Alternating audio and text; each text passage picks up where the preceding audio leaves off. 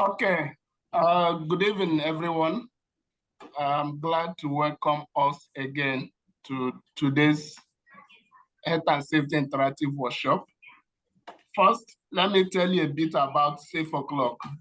Safeoclock is our weekly virtual health and safety interactive workshop platform where we discuss health and safety topics chosen for the week. So we are registered with Corporate Affairs Commission in Nigeria also, and we have social media handles on Facebook, YouTube, TikTok, even on WhatsApp also, and our handle name is Safeoclock News. So do well to subscribe to our platforms so that you'll be able to get notifications when we upload the videos, and you'll be able to follow up with any program you missed.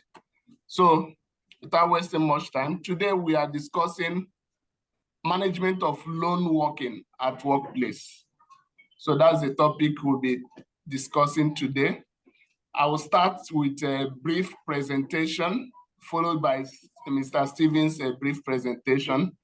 After that, we go into discussions, experience sharing, and comment, contributions, even questions and answers. So that is how we'll do it today. I will take about 5 minutes or so to run through my slides so that we can progress from there. First, my name is Johnson Wala, and I'm starting the presentation today. Now, first, what is lone working? Lone working, according to Health and Safety Executive definition, says is an activity that involves people working all by themselves without close supervision or direct supervision. So lone working, as we may know it, it doesn't necessarily mean that the person is working all by himself. It could be that the person is working in a crowded area where there are lots of people, but he is all alone. He's not directly supervised.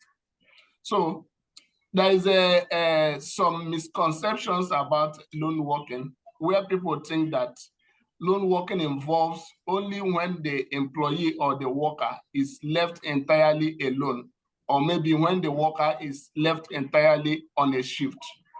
So that is not the correct definition of lone working. There could be people in that shift. A lot of people can still be in that shift, and yet the person will be carrying out a lone working activity. If the person is working in an excluded area where he doesn't have direct contact with other team members, we regard such activity as lone working as well. Or the person is working in a public area where he is the only team member in that location, or his team members are very far away that they cannot see him from that distance. We can also classify that as lone working. The major attribute of lone working is if that worker or that person is in danger, his co-workers or his teammates are not able to come to his immediate rescue. So such activity is regarded as lone working. So as we proceed, we will be looking at some examples of activities that we can regard as lone working. So if we have all this comprehensive understanding of what lone working could be, then we'll relate it to our operations or to our workplaces, the activities that we'll be carrying out, and we'll be able to classify them if they are lone working or not. So a lone worker is someone who is carrying out an activity without a direct supervision. So even somebody who is working from home, even though he might have a virtual contact with his supervisor, such person is also a lone worker, because if there is an immediate danger, he will not, even the person that is virtually connected to him will not be able to be of help. So that is why he's also regarded as a lone worker. So people who walk a distance away from others, where they cannot have direct communication or direct contact, such people are also regarded as lone workers. Another example is somebody who works outside the normal working hours. For example, if your working hours is 6 to 8, someone who works from 6 to 10. Remember, lone working or a lone worker, it must not be an entire shift. You can be involved in lone working in partial shift. You can work maybe half of your shift as a regular worker, and the other half of the shift can be in isolation, making you a lone worker. Also, somebody who travels alone, like truck drivers who travels alone, they are also regarded as lone workers. Even though they meet other drivers on the road, there are public people crossing on the road, but he's a lone worker because he's entirely all by himself. So these are the examples of lone worker. A health visitor, maybe somebody that goes to people's homes to maybe immunization, to deliver health-related activities. Because he's alone, even though he has a supervisor somewhere, but he went there alone, so he's regarded as a lone worker.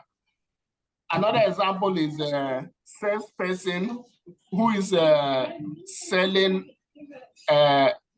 items from place to place. Such person is also regarded as a lone worker.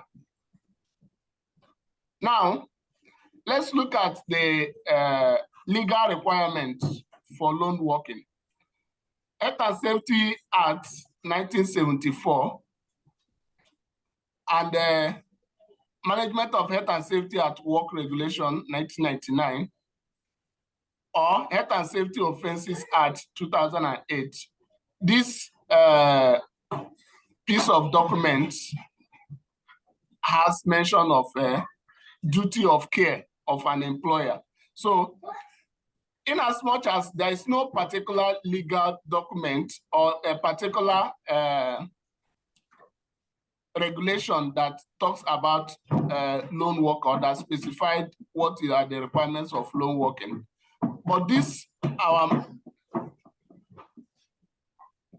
regulations that we've listed above have stipulated duty of care and also health and safety requirements for working in a workplace. So this makes up some of the requirements for lone working preventions and control measures.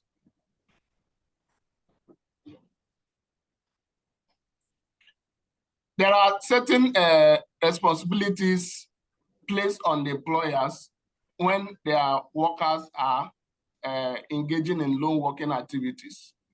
One of them is that a risk assessment must be completed.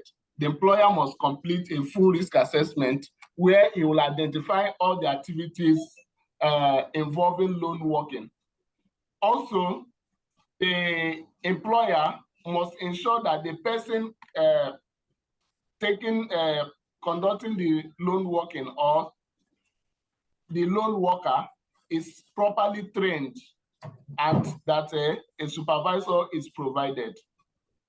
Also, the employer will also ensure that there is a means of keeping in touch with the lone worker, either by direct phone communication or other electronic gadgets that can ensure that the lone worker keeps communication open with the other team members.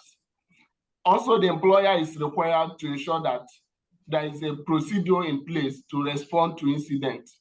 In case of an emergency, for example, in in a crowded area where maybe the lone worker is working in a crowded area and his team members are not close by. So if an incident happens at that instance, the employer is required to make appropriate arrangement to respond to any incident at that moment. Now, there are hazards that lone workers always are faced with. First of them is physical abuse. So because people are working alone, there is high tendency and high chances of them getting physically abused. So another one is verbal abuse. Because they are all alone, so people can take that chances or that opportunity to abuse them or maybe do anything to harm them in the process. Another hazard that they will face is slip, trace, and fall. As somebody who is working alone, he might not realize that there are items lying all around and nobody is supervising or maybe monitoring him. Another hazard is work at height. If work at height is involved, like people who work in poles or people who work in telecommunication towers, they can be regarded as lone workers because they are all alone at a very height.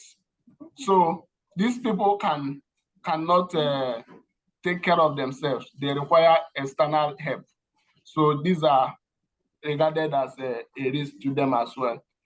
Operators, equipment operators, even manual handling, driving work, heavy equipment drivers that operate on a lonely road or maybe far distance.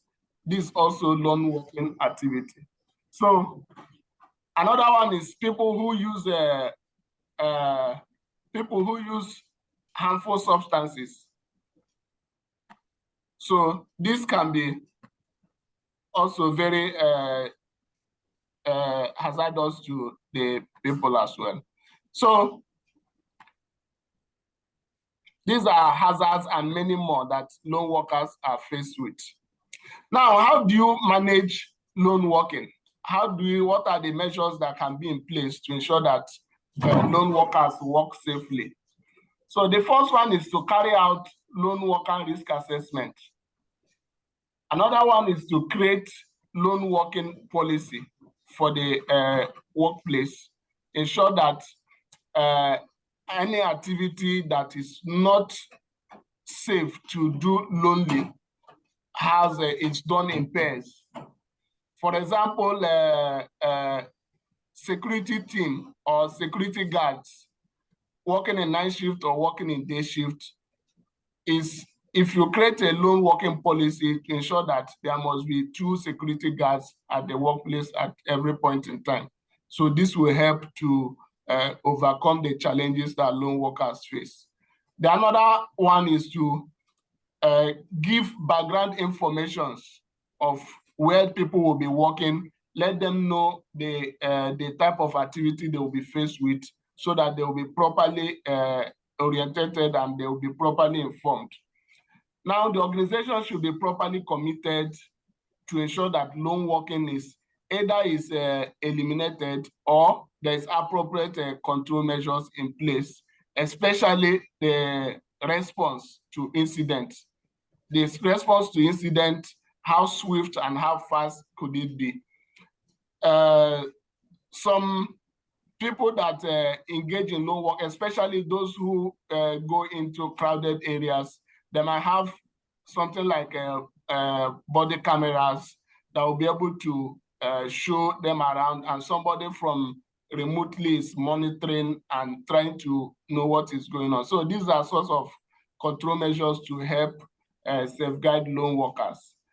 Another one is training, adequate training. The lone workers should be properly trained on self-rescue and self-help, especially because they are working alone and they are maybe a distance away from others. They should be aware of the hazards within them. They should also know the adequate measures that they can take to help themselves.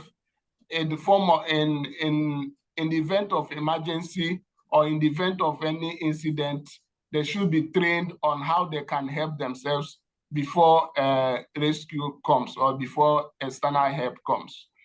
Now, another one is that the employer or the company should be able to implement a lone worker service. This will help the activity either to be shifted on another time, or if it's done at the night, it's better shifted in the day shift so that there is easy communication and people could, the lone worker can easily receive help when required. So from here, I'll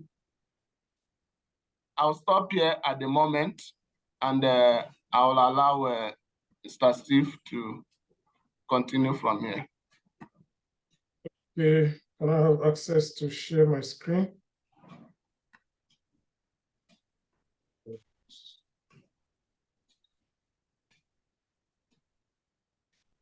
Okay, I just have this slide for this presentation today. So most of what has been said by Mr. Johnson, but nevertheless, I will still come in to say one or two things.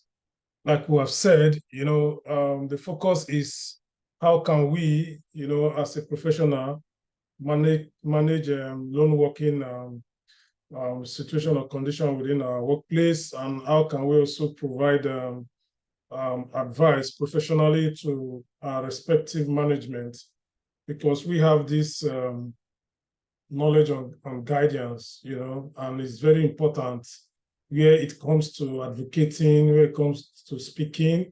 We can always make our voices heard at that point. So just like as Mr. Johnson have said, you see, by definition, just a simple definition is that lone working is defined as a working alone without close or direct supervision. A lot of definitions are out there, but Mr. Johnson have really said a lot about the definition. It's not really, like he said, there are some misconception about lone working, because people will just feel it's only meant for those who work alone, but sometimes it's not in that case. You might be even in a full construction site where activities are going on, but you might just find out that a particular worker is in one particular shaft, one particular space, doing a particular work. So the risk is there. At that point, this person can also be classified as a lone worker. So in whichever case it is, we'll all understand what Mr. Johnson has said so far.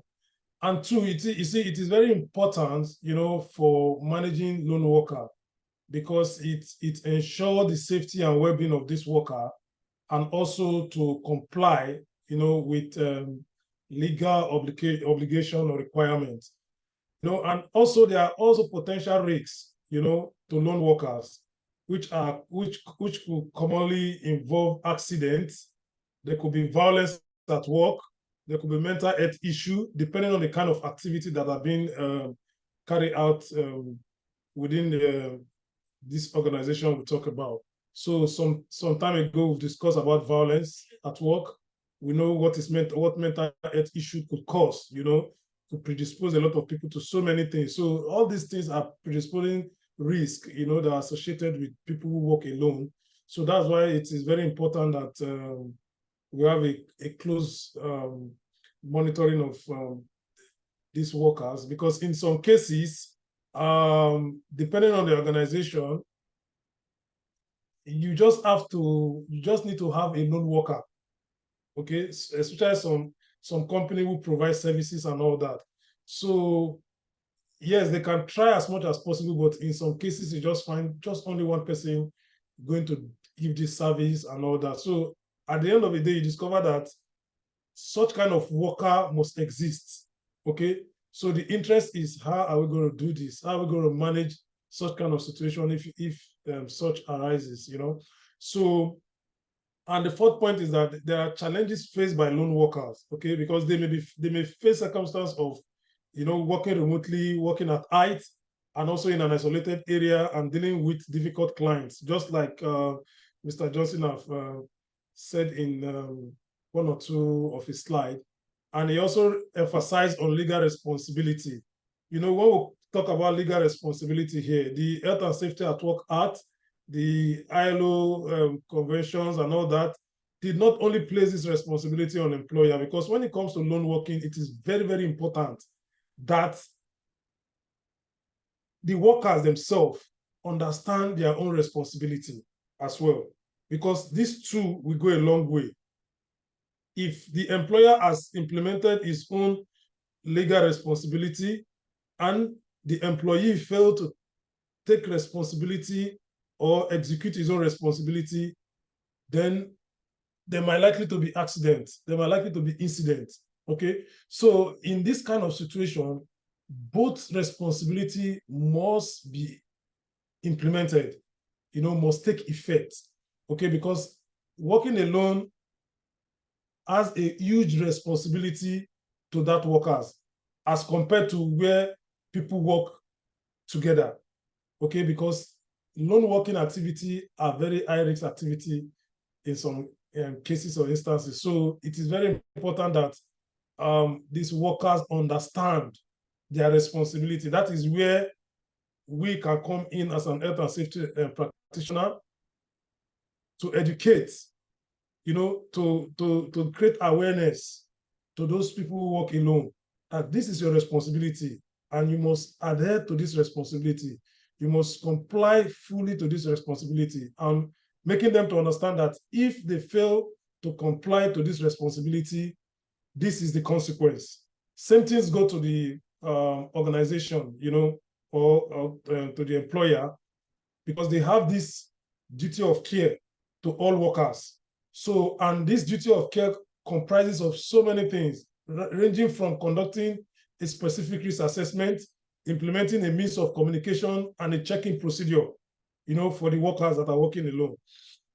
So now, when you look at the best practices for managing lone worker, like Mr. Johnson has also emphasized, we cannot overrule risk assessment. We cannot overrule developing or implementing health and safety policy, because the first thing that comes before all this risk assessment and all that, there should be policy, because it is a policy, it is a policy document that back this risk assessment. It is a policy that back communication.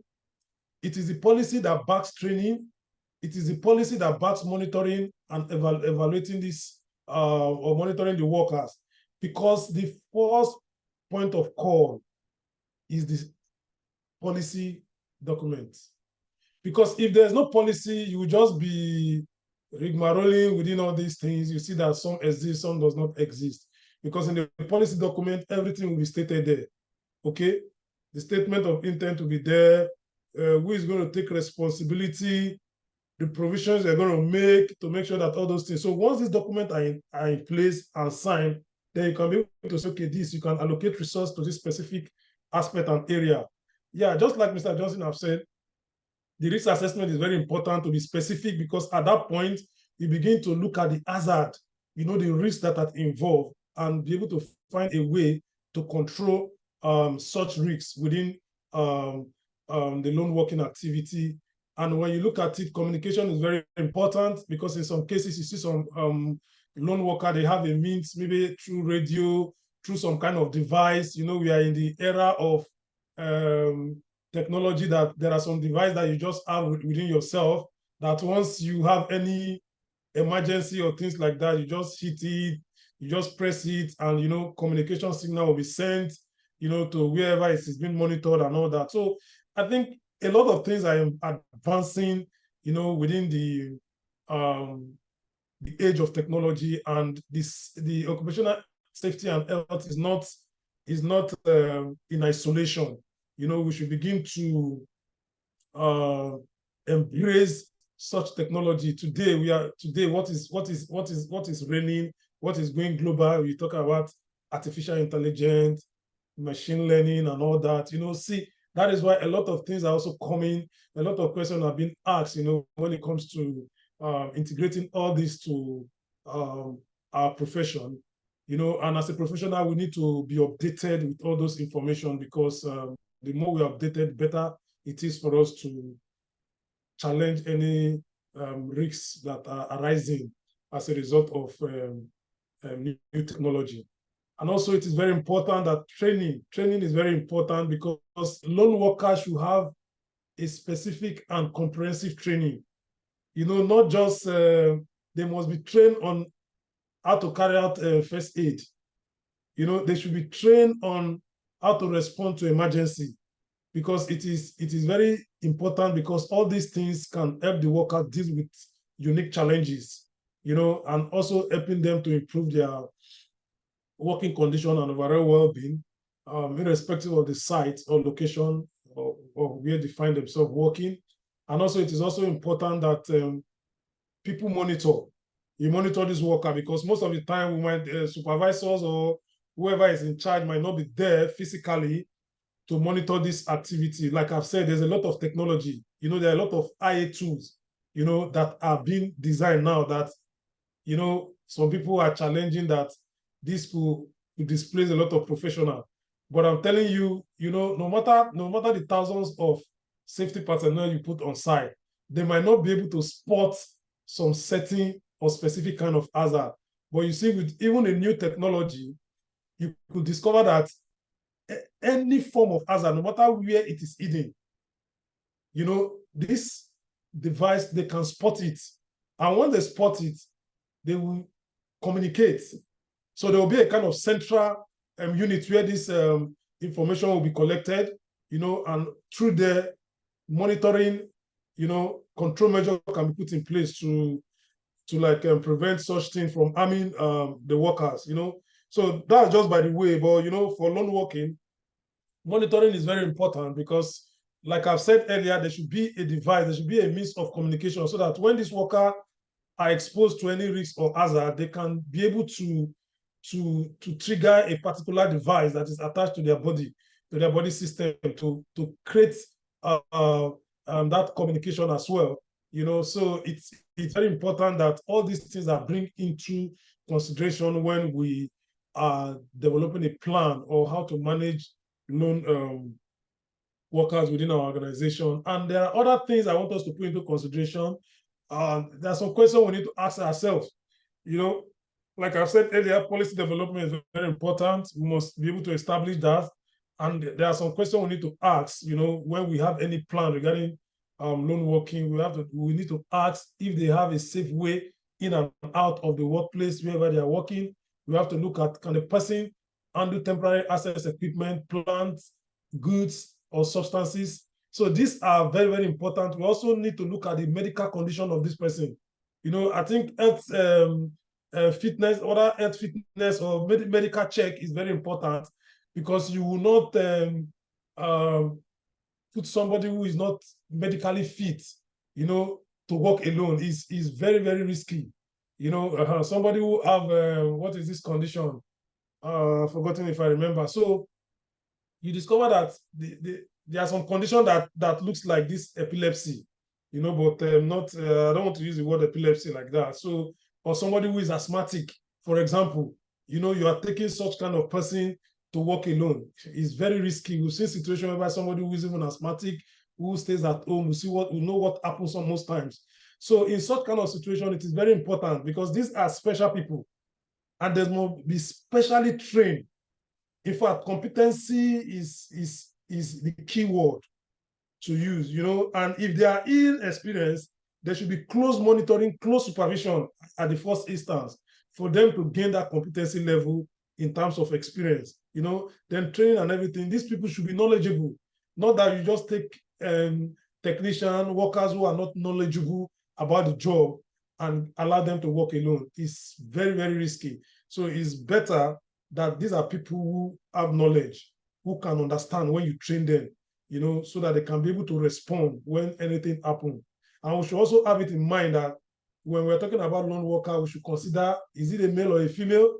For a female, we know that these are highly predisposing factor in terms of sex, and also we have to look at the age also of the individual. You don't take somebody who is very young to work alone. the risk is very high. We all know as a professional. So sometimes you need somebody who is mature. That is where the experience or competency comes in.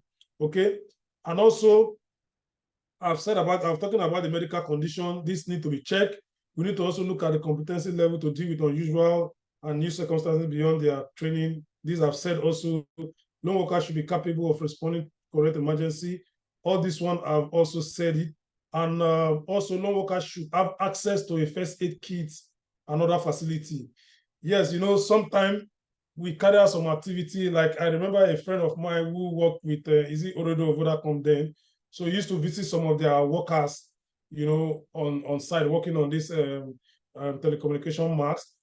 So, and even we as a safety personnel, some company will find ourselves, we also predispose, or let's say we find ourselves working as a lone worker, because sometimes we have to be on the road, we have to be driving long kilometer, trying to visit different sites to check this worker. So at that instance, while you are traveling on the road, you become a lone worker. Anything can happen, so you should be trained so that in case of any little emergency, you should be able to have the strength to take care of yourself as well. So it's very important that as they go, they also have a first aid kit to them in case of any minor injury along the course of their duty, so that they can be able to take care of themselves as well. Then we'll just try to look at some case study, okay, and see what happened, what they did to be able to, or what they implement. Like a construction worker, they say implementing a body system and a GPS tracking device helped protect a lone construction worker who often work in an isolated area. So this is another thing in terms of technology I was talking about. Such thing can be implemented. And also a farmer started a local support group for lone farmers, providing emotional support and shared chat group for safety check-in and advice.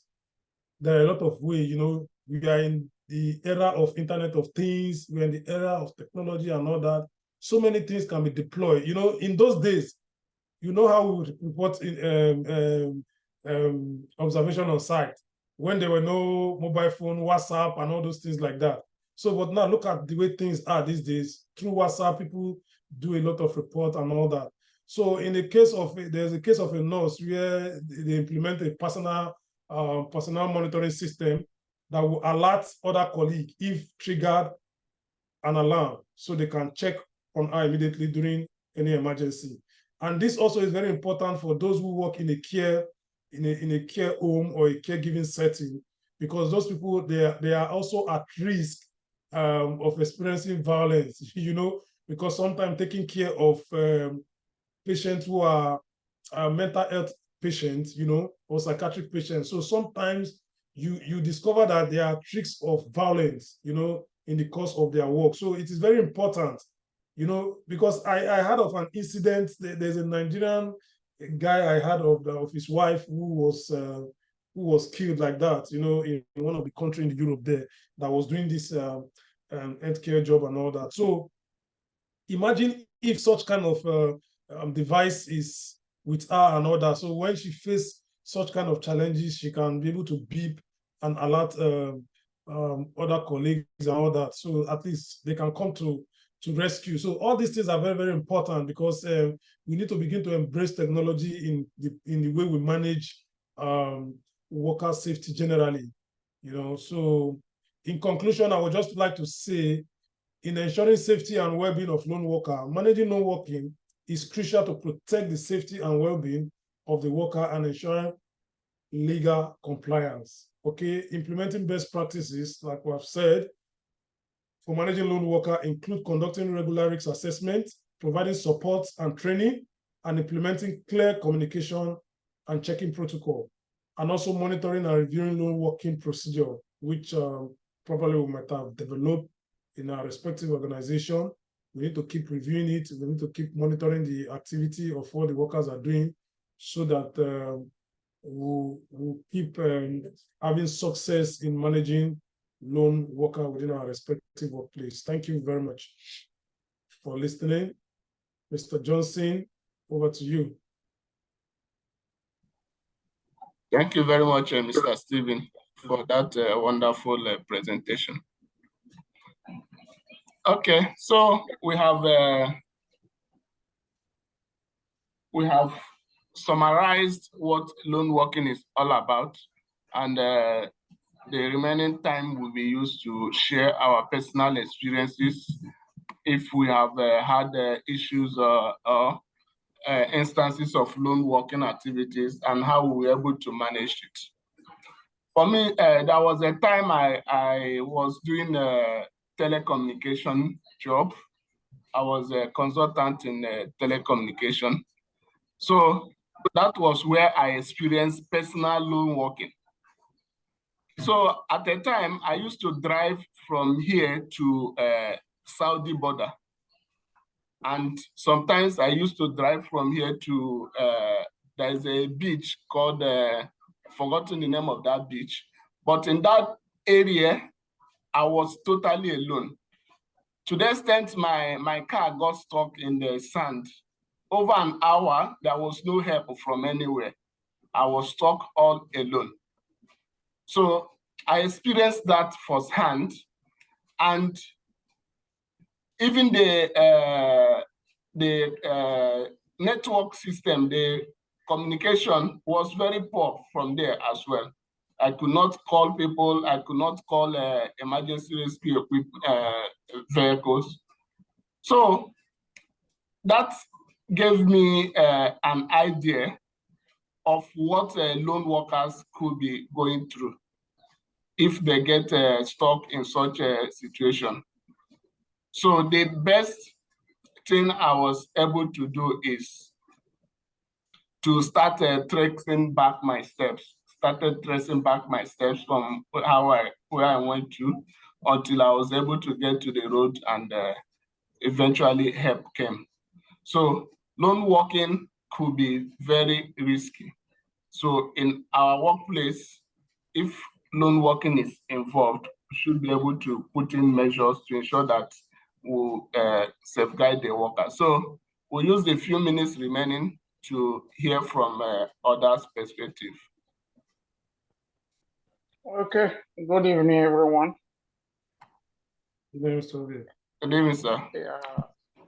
Yes, loan working is a very broad topic. It's a very crucial issue in the construction and the oil and gas industry due to its nature.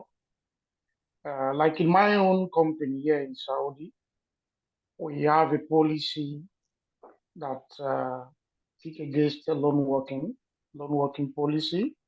And in our policy, it is well stated that loan working is not even allowed due to some of the factors that has already been mentioned during the presentation of Mr. Steven and Mr. Johnson. Yeah, and when this policy was reviewed by the new GM we had, it was well cascaded to the entire workforce with its content, and the message was well synced. And we see it as a big violation in our own organization if you are caught working alone. Because just as you rightly said in one of the slide points, there are risks that are particularly affecting loan workers, and which are this violence in the workplace, even about the stress and medical health or well-being challenge. And when a loan worker is in this situation, in most cases, you cannot be alone, be working, and you are having some health challenge. And if anything happens, who will how will you get the support? How will alarm be raised? So for us here, this is one of our biggest challenge, and that is why we totally said no, is not accepted. Yes, we know there are some advantage of working alone. It reduces conflict, yes, but this is not what we are looking at. We are looking at the risk factors that may come against the person itself that is working alone. And even one of the advantages we talk about the increase in efficiencies. It provides the enjoyable of challenges by not making making the lone worker to be at peace, putting the lone worker itself in charge, working alone. It even allows the lone worker itself again to have a job satisfaction. It increases job satisfaction, and but all that is not the issue. So in our own organization, we truly see it as a big gap, and we kick against it seriously because we are looking at what if, for example, just as Mr. Steven said, yes, technology now has gone a long way to see how we can improve or introducing innovation in the work environment to ensure that if any incident happen in any corner or in any in any of the site activity with single camera shot, we can have a very clear evidence. But it's not all company that has this process in place. Like even we now, we are trying to broaden in my company now, due to some of these new technology we're introducing, to have more for management to have more grip on activity and maybe their own opinion. We are even trying to increase more cameras to have more information in some certain things that is happening on site. So lone working for me is really not encouraging. Like now, we are working in one of the jackets that we are currently manufacturing now. This jacket is about 63 meters height. You can imagine if we have one person working at that kind of a height, and if anything happened to such person, maybe before he will even think of, let me make a radio call, he has gone. So this is why lone working is not really encouraged in so many cases. Working at height, working in dark corners, even in some critical jobs, in fact, most critical jobs. Even driving a car alone, just as Mr. Johnson have just said, is really a big challenge when you face some cases. I know in the there is a clause in the occupational health and safety on 4.2 in one of the that I think it's 1999 that defined lone working, and it was really made clear that every company should develop a policy that no one should be allowed to be working alone because of such kind of criticality that involves lone working.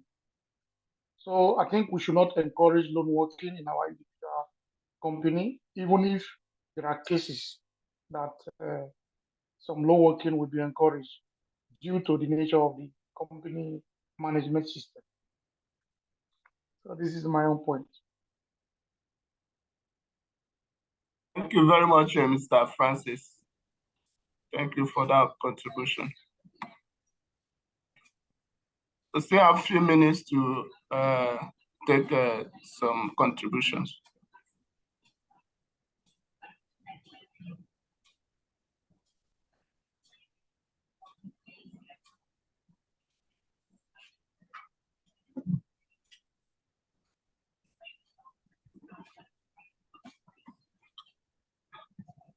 Okay, if there are no more contributions, we'll call it a day. It's almost 7 o'clock. Okay, tomorrow na sleeping and resting day. So yeah, you know, tomorrow is Friday. As usual. As usual, yes. Me, I won't run